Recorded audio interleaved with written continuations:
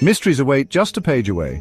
Ready to dive in? Welcome to The Book Reader, where stories unfold one enchanting page at a time. Subscribe now and unlock the magic. Night Without End by Alistair MacLean. Night Without End.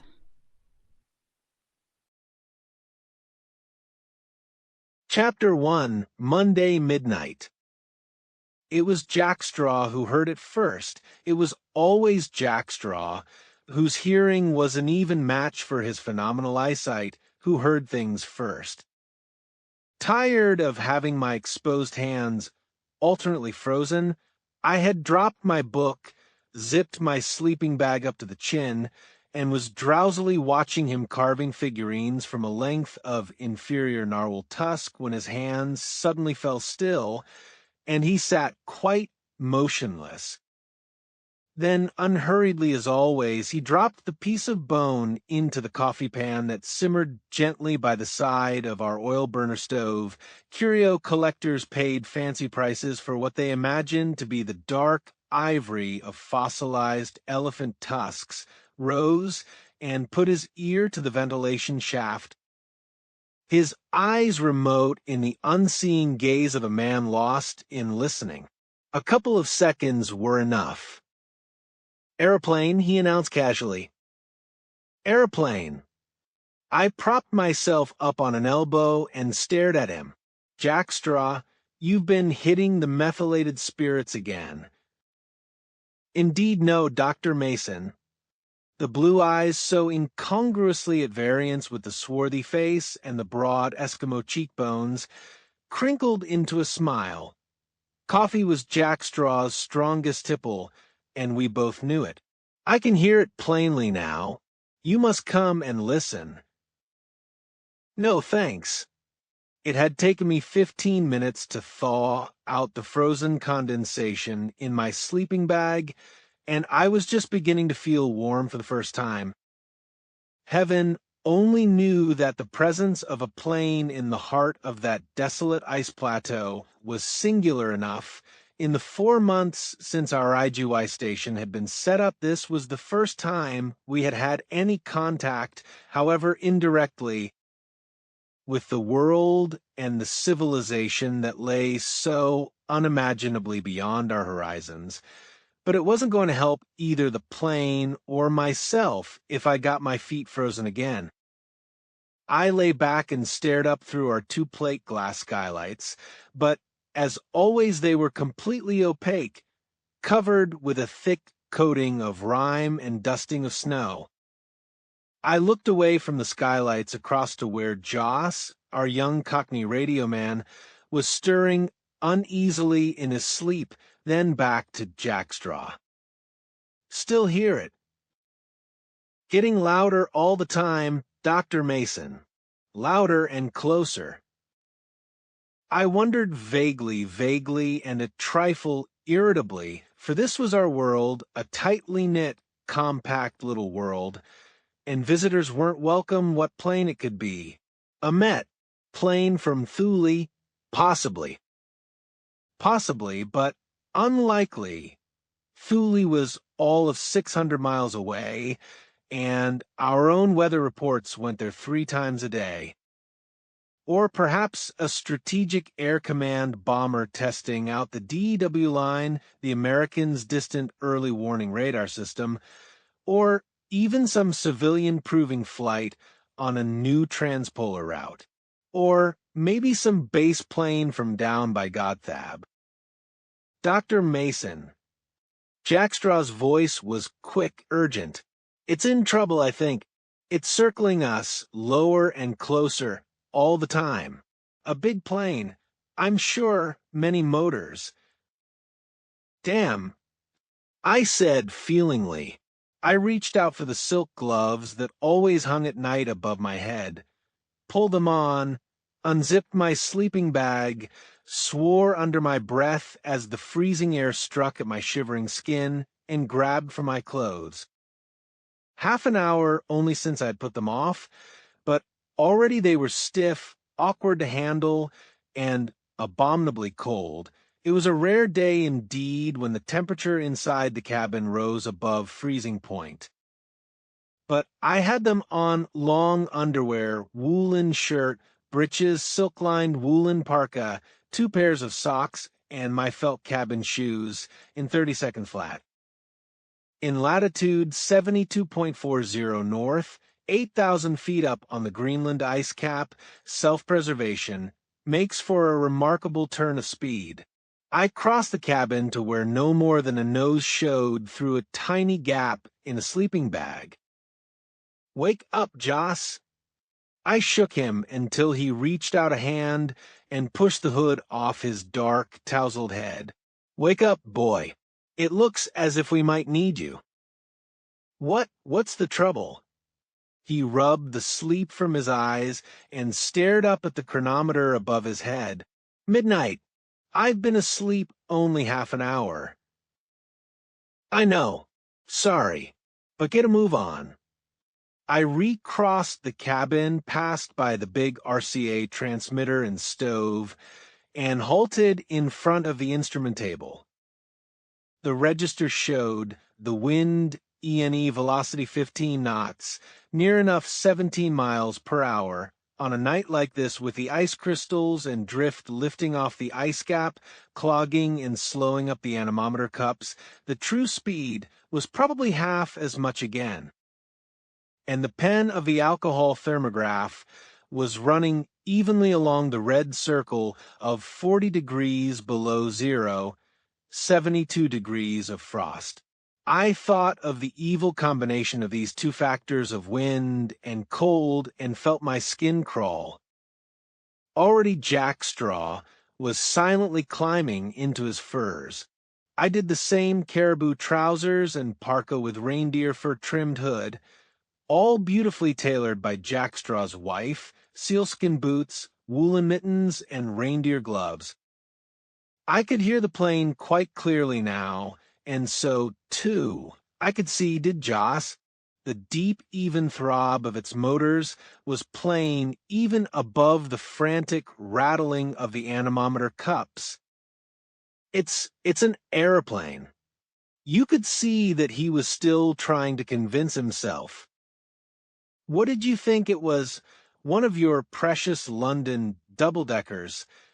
I slipped snow mask and goggles round my neck and picked up a torch from the shelf beside the stove. It was kept there to keep the dry batteries from freezing.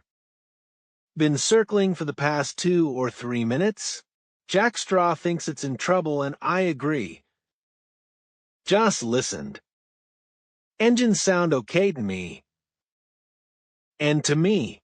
But engine failure is only one of a dozen possible reasons."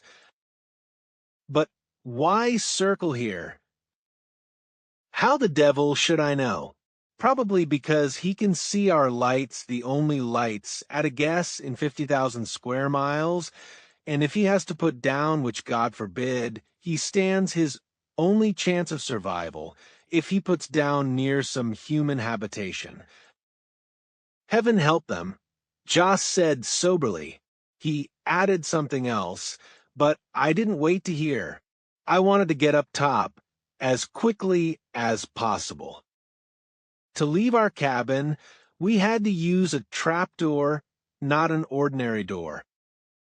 Our cabin, a prefabricated section structure that had been hauled up from the coast on tractor sleds during the month of July, was deep sunk in a great oblong hole that had been gouged out from the surface of the ice cap, so that only the top few inches of its flat roof projected above ground level. The trapdoor hinged at both ends so that it could open either upwards or downwards, was reached by a short, steep flight of steps. I climbed the first 2 of these, took down the wooden mallet that hung there permanently by the wall, and pounded round the already bruised and splintered edges of the trap to loosen the ice that held it locked fast. This was an almost invariable routine. Whenever the trap had previously been opened for any length of time at all, the layer of warm air that always lay under the roof seeped slowly out, melting the surrounding snow, which promptly turned to ice when the trap was closed again. Tonight the ice cracked easily. I got my shoulder under the trap, levered upwards against the accumulated drift of snow above, and scrambled out. I was prepared for what awaited me up top, the gasping, panic-stricken feeling of suffocation as the warm air was sucked from my lungs by that deadly, numbing cold. But even so, I wasn't sufficiently prepared. The wind speed was far higher than I had feared. Bent double and coughing violently, breathing shallowly to avoid frosting my lungs, I turned my back to the wind, breathed into my reindeer gloves, slipped on my snow mask and goggles, and straightened. Jack Straw was already standing by my side. The wind on the ice cap never howled or shrieked. It moaned, instead a low-pitched, unutterably eerie ululation, a requiem for the damned, if ever there was one, the agony of some soul lost in torment. That same moan had driven men mad before now. Less than 2 months previously, I had had to send our tractor mechanic, a completely broken youngster who had lost all contact with the last shadow of reality, back to our Uplavnik base. The wind had done that to him. Tonight, its desolate threnody boomed and faded in the lower registers of sound with an intensity which I had seldom heard, while its fingers plucked at the tightly strung guy ropes of the radio antenna and instrument shelters to provide its own whistling obligato of unearthly music. But I was in no mood then to listen to its music, and indeed that sepulchral wailing was not the dominant sound on the ice cap that night. The throbbing roar of big aero engines surging and receding as the wind gusted and fell away, like surf on some distant shore, was very close now. The sound lay to windward of us at that moment, and we turned to face it, but we were blind. Although the sky was overcast, there was no snow that night at any time. Heavy snowfalls, strangely enough, are all but unknown on the Greenland ice cap. But the air was full of millions of driving, needle-point ice spicules that swept towards us out of the impenetrable darkness to the east, clogging up our goggles in a matter of seconds and stinging the narrow exposed area of my face between mask and goggles like 1,000 infuriated hornets.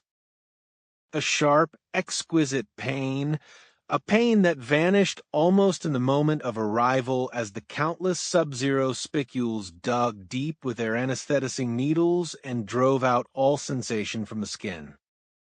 But I knew this ominous absence of feeling all too well.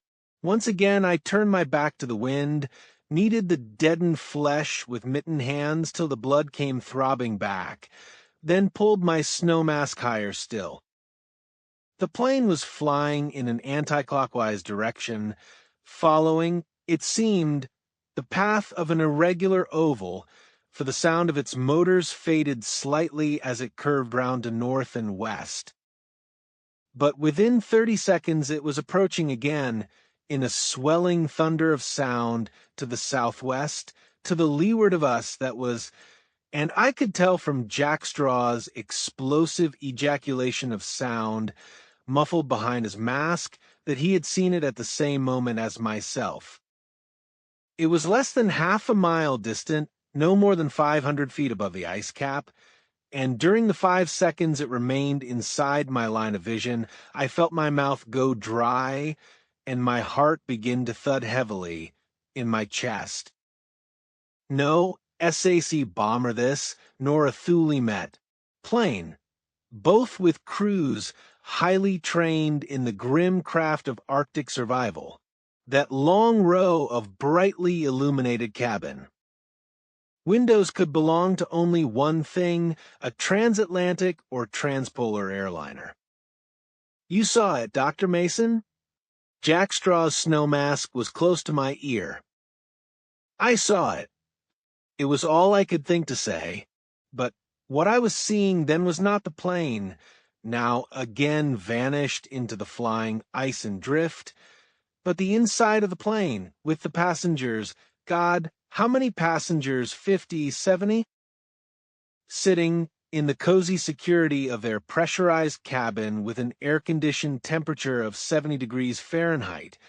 Then the crash, the tearing, jagged screeching that set the teeth on edge as the thin metal shell ripped along its length, and the tidal wave of that dreadful cold. 110 degrees below cabin temperature swept in and engulfed the survivors, the dazed, the injured, the unconscious, and the dying as they sat or lay crumpled in the wreckage of the seats, clad only in thin suits and dresses. The plane had completed a full circuit and was coming round again. If anything, it was even closer this time, at least 100 feet lower, and it seemed to have lost some speed. It might have been doing 120, perhaps 130 miles an hour. I was no expert in these things, but for that size of plane, so close to the ground, it seemed a dangerously low speed. I wondered just how effective the pilot's windscreen wipers would be against these flying ice spicules. And then I forgot all about that, forgot all about everything except the desperate, urgent need for speed. Just before the plane had turned round to the east again, and so, out of the line of our blinded vision, it had seemed to dip, and at the same instant, two powerful lights stabbed out into the darkness, the one lancing straight ahead. Narrow, powerful beam, glittering and gleaming with millions of sparkling diamond points of flame as the ice crystals in the air flashed across its path, the other a broader fan of light, pointing downwards and only slightly ahead, its oval outline flitting across the frozen snow like some flickering will-o'-the-wisp. I grabbed Jackstraw's arm and put my head close to his. He's going to land. He's looking for a place to put down. Get the dogs, harness them up. We had a tractor, but heaven only knew how long it would have taken to start it on a night like this. "'Til give you a hand as soon as I can." He nodded, turned, and was lost to sight in a moment. I turned too, cursed as my face collided with the slatted sides of the instrument shelter, then jumped for the hatch, sliding down to the floor of the cabin on back and arms without bothering to use the steps.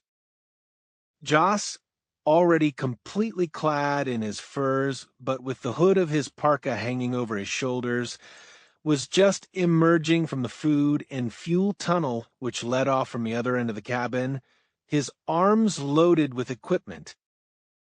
"Grab all the warm clothing you can find, Joss," I told him quickly.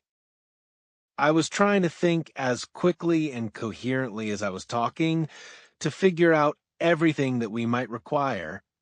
But it wasn't easy. That intense cold numbed the mind almost as much as it did the body. Sleeping bags, blankets, spare coats, shirts, it doesn't matter whose they are. Shove them into a couple of gunny sacks. "You think they're going to land, sir?" Curiosity, anticipation, horror each struggled for supremacy in the thin, dark, intelligent face. "You really think so?" "I think they're going to try. What have you got there?" "Fire bombs, a couple of pyrenes." He dumped them by the stove. "Hope they're not solid." "Good boy." "And a couple of the tractor extinguishers, the new Swifts, G1000, one think. A great help these little things are going to be. I thought, if several thousand gallons of petrol decide to go up in flames. Fire axes, crowbars, canes, the homing spool. For heaven's sake, don't forget the Hodgening spool and the searchlight battery. Be sure and wrap that up well. Bandages." "No need. 70 degrees of frost will freeze blood and seal a wound quicker than any bandage. But bring the morphia kit. Any water in these 2 buckets? Full, but more ice than water. Put them on the stove, and don't forget to turn out the stove and both the lights before you leave. Incongruously enough, we who could survive in the Arctic only by virtue of fire feared it above all else. Pile the rest of the stuff up by the instrument shelter. I found Jackstraw working only by the feeble light of his torch outside the lean-to driftwalled shelter that we had built for the dogs from empty packing cases and an old tractor tarpaulin. He appeared to be fighting a losing battle in the center of a milling pack of snarling, yelping dogs, but the appearance was illusion only. Already he had 4 of the dogs off the tethering cable, and the sledge trace lines snapped into their harness. "How's it coming?" I shouted. "Easy." I could almost see the crinkling grin behind the snow mask. I caught most of them asleep, and Balto is a great help. He's in a very bad temper at being woken up. Balto was Jackstraw's lead dog, a huge 90-pound half-wolf, half-Siberian, direct descendant of, and named for the famous dog that had trekked with Amundsen, and who later, in the terrible winter of '25, his sledge driver blind behind him, had led his team through driving blizzards and far sub-zero cold to bring the life-giving antitoxin into the diphtheria-stricken town of Nome, Alaska. Jackstraw's Balto was another such, powerful, intelligent, fiercely loyal to his master, although not above baring his wolf's fangs as he made a token pass at him from time to time, and above all, like all good lead dogs, a ruthless disciplinarian with his teammates. He was exercising that disciplinary authority, now snarling, pushing, and none too gently nipping the recalcitrant and the slow coaches, quelling insubordination in its earliest infancy. "To leave you to it then, I'll get the searchlight." I made off towards the mound of snow that loomed high to the westward of the cabin, broke step, and listened. There was no sound to be heard, nothing but the low-pitched moan of the wind on the ice cap, the eternal rattling of the anemometer cups. I turned back to Jackstraw, my face bent against the knifing wind. "The plane. Have you heard the plane, Jackstraw?" "I can't hear a thing." Jackstraw straightened, pulled off his parka hood, and stood still, hands cupped to his ears. Then he shook his head briefly and replaced the hood. "My God," I looked at him. "Maybe they've crashed already." Again the shake of the head. "Why not?" I demanded.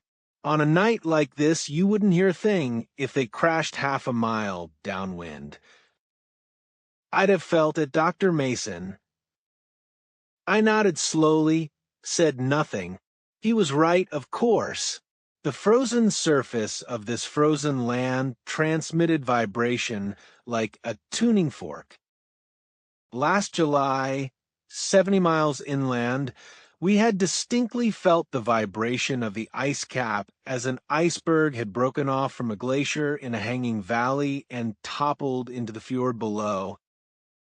Maybe the pilot had lost his bearings. Maybe he was flying in ever-widening circles trying to pick up our lights again. But at least there was hope yet. I hurried across to where the tractor, sheeted in tarpaulin, lay close in to the high snow wall that had been cut down the middle of the drift. It took me a couple of minutes to clear away the accumulated snow at one end and wriggle in under the tarpaulin. There was no question of trying to lift it. Its impregnated oils had frozen solid, and it would have cracked and torn under any pressure. The searchlight, fixed to a couple of bolts on the tractor bonnet, was held down by two quick-release butterfly nuts. In these latitudes, quick release was a misnomer.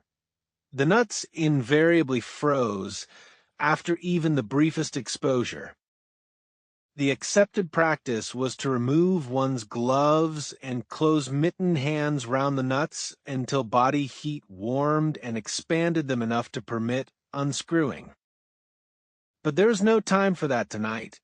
I tapped the bolts with a spanner from the toolbox, and the steel pins, made brittle by the intense cold, sheared as if made from the cheapest cast iron. I crawled out at the foot of the tarpaulin, searchlight clutched under one arm, and as soon as I straightened, I heard it again, the roar of aero engines closing rapidly. They sounded very near, very low, but I wasted no time trying to locate the plane. Head lowered against the wind and the needle-sharp lances of the flying ice, I felt rather than saw my way back to the cabin hatch, and was brought up short by Jack Straw's steadying hand. He and Joss were busy loading equipment aboard the sledge and lashing it down, and as I stooped to help them, something above my head fizzled and spluttered into a blinding white. That threw everything into a harsh black and white relief of frozen snow and impenetrable shadow. Joss, remembering what I had completely forgotten, that dousing our cabin lights would have robbed the pilot of his beacon, had ignited a magnesium flare in the slats of the instrument shelter. We all turned as the plane came into our vision again to the south, and it was at once apparent why we had lost all sight and sound of it. The pilot must have made a figure of 8 turn out in the darkness, had reversed his approach circle, and was flying from east to west less than 200 feet up. Undercarriage still retracted, it passed within a couple of 100 yards of us like some monstrous bird. Both headlights were now dipped, the twin beams a glitter of kaleidoscopic light in the ice-filled darkness of the sky, the twin oval pools of light interlocking now, and very bright, racing neck and neck across the snow. And then these pools, increasing as rapidly in size as they diminished in strength, slipped away to the left as the plane banked sharply to the right and came curving round clockwise to the north. I knew now what the pilot was intending, and my hands clenched helplessly inside mittens and gloves. But there was nothing I could do about this.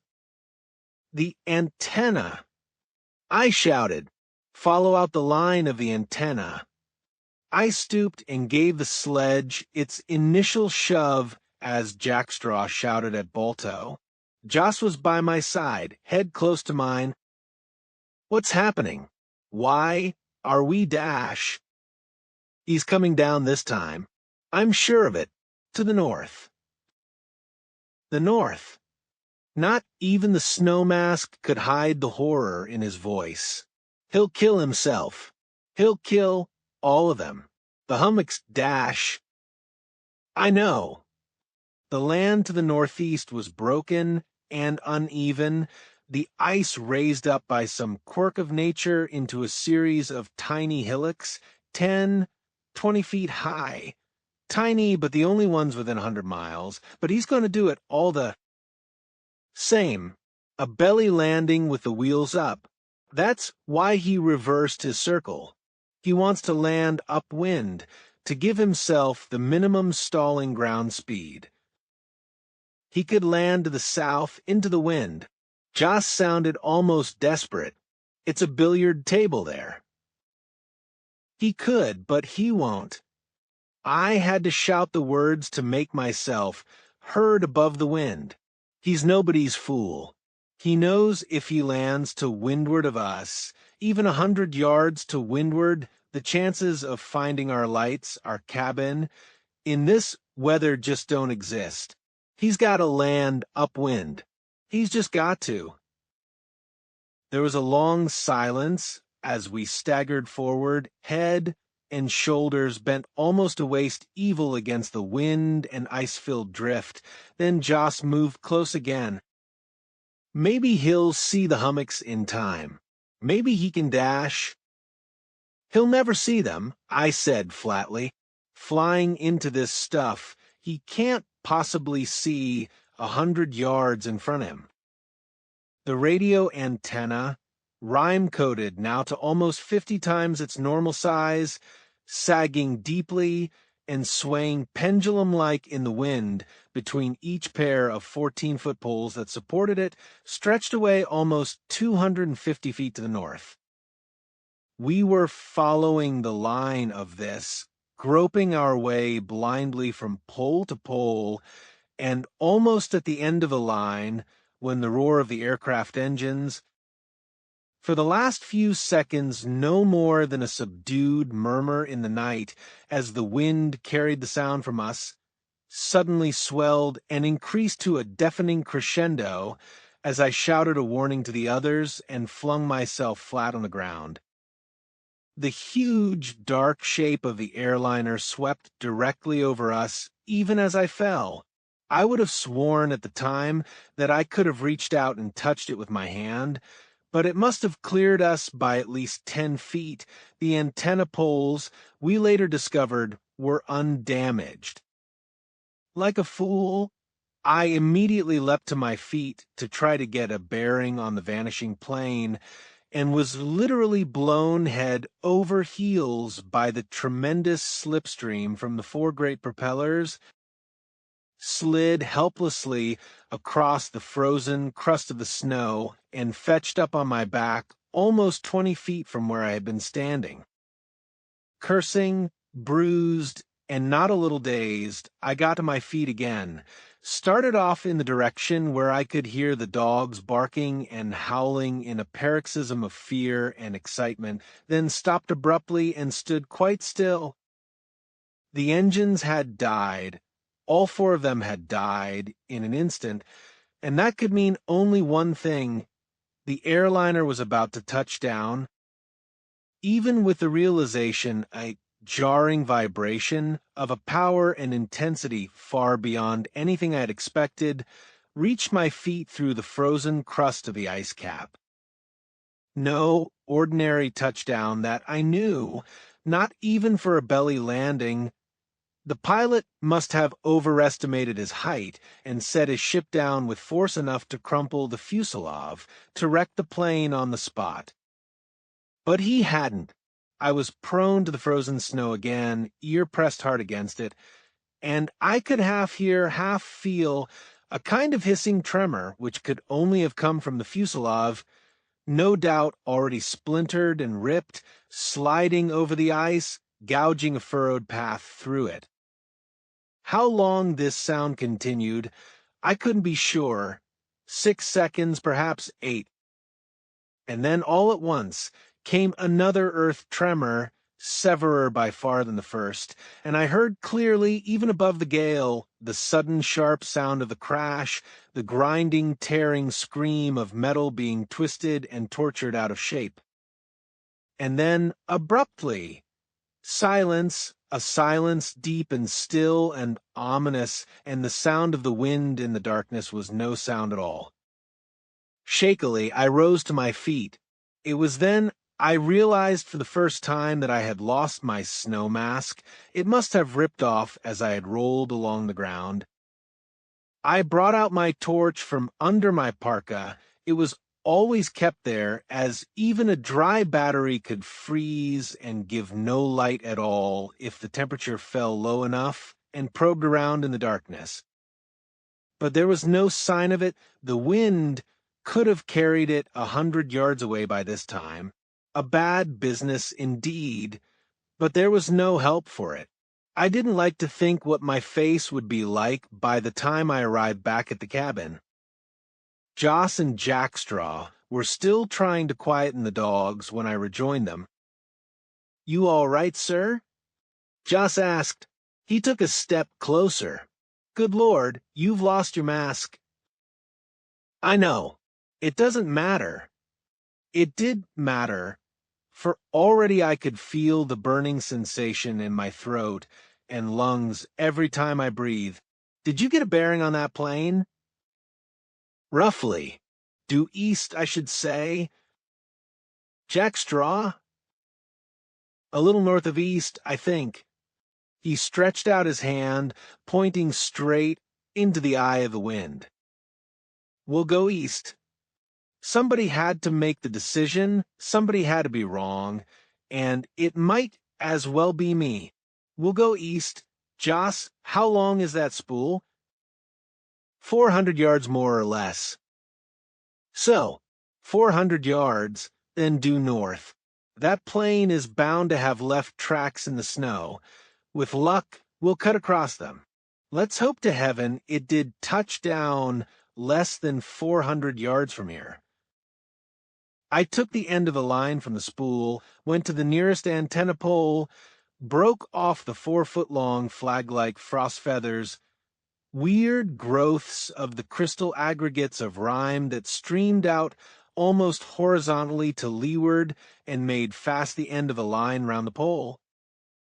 I really made it fast. Our lives depended on that line, and without it we could never find our way back to the antenna, and so eventually to the cabin through the pitch-dark confusion of that gale-ridden Arctic night. There was no possibility of retracing steps through the snow. In that intense cold, the rime-crusted snow was compacted into a frozen neve that was but 1 degree removed from ice of an iron-hard consistency that would show nothing less than the crimp marks of a 5-ton tractor. We started off at once with the wind almost in our faces, but slightly to the left. I was in the lead, Jack Straw came behind with the dogs, and Joss brought up the rear, unreeling the line from the homing spool against the pressure of the return winding spring. Without my mask, that blinding, suffocating drift was a nightmare, a cruel refinement of contrasting torture where the burning in my throat contrasted with the pain of my freezing face for dominance in my mind. I was coughing constantly in the super-chilled air, no matter how I tried to cover mouth and nose with a gloved hand, no matter how shallowly I breathed to avoid frosting my lungs. The devil of it was, shallow breathing was impossible. We were running now, running as fast as the ice-glazed slipperiness of the surface and our bulky furs would allow, for to unprotected people exposed to these temperatures, to that murderous drift-filled gale, life or death was simply a factor of speed, of the duration of exposure. Maybe the plane had ripped open or broken in half, catapulting the survivors out onto the ice cap, if there were any survivors. For them, either immediate death as the heart failed in the near impossible task of adjusting the body to an instantaneous change of over 100 degrees Fahrenheit, or death by exposure within 5 minutes, or maybe they were all trapped inside, slowly freezing. How to get at them? How to transport them all back to the cabin? But only the first few to be taken could have any hope. And even if we did get them all back, how to feed them? For our own supplies were already dangerously low. And where, in heaven's name, were we going to put them all? Jack Straw's shout checked me so suddenly that I stumbled and all but fell. I turned back and Joss came running up. The end of a line? I asked. He nodded, flashed a torch in my face. Your nose and cheek both gone. They look bad. Gloves off, I kneaded my face vigorously with my mittened hands until I felt the blood pounding painfully back, then took the old jersey which Jack Straw dug out from Gunny's sack and wrapped it round my face. It wasn't much, but it was better than nothing. We struck off to the north, with the wind on our right cheeks, -1 had no option but to gamble on the hope that the wind had neither backed nor veered. Our torches probing the ground in front of us, stopping every 15 or 20 feet to drive a pointed bamboo marker into the frozen ground. We had covered 50 yards without sighting anything, and I was just beginning to become convinced that we must still be well to the west of the plane's touchdown point and wondering what in the world we should do next when we almost literally stumbled into an 18-inch deep, 10-foot wide depression in the snow crust of the ice cap. This was it, no question about that. By a 1 in 100 chance, we had hit on the very spot where the plane had touched down or crashed down, if the size of the depression in that frozen snow were anything to go by. To the left, the west, the ground was virginal, unmarked, 10 feet to that side, and we should have missed it altogether. To the east, the deep depression shelved rapidly upwards, its smooth convexity now marred by 2 large gouge marks, one in the center and one to the right of the track, as if a pair of gigantic plows had furrowed through the ground. Part of the under fuselage must have been ripped open by the impact. It would have been a wonder had it not been. Some way farther to the east, and well to the right of the main track, 2 other grooves, parallel and of a shallow bowl shape, had been torn in the snow. The gouge marks, plainly, of the still racing propellers. The plane must have tilted over on its right wing just after the moment of landing. To see all this took no longer than to sweep a torch through a swift semicircle. I shouted to Joss to take another bundle of canes and prop up the homing spool line that led back to the antenna. If this weren't done, it would drift over and be lost to sight in 10 minutes and then rejoin us.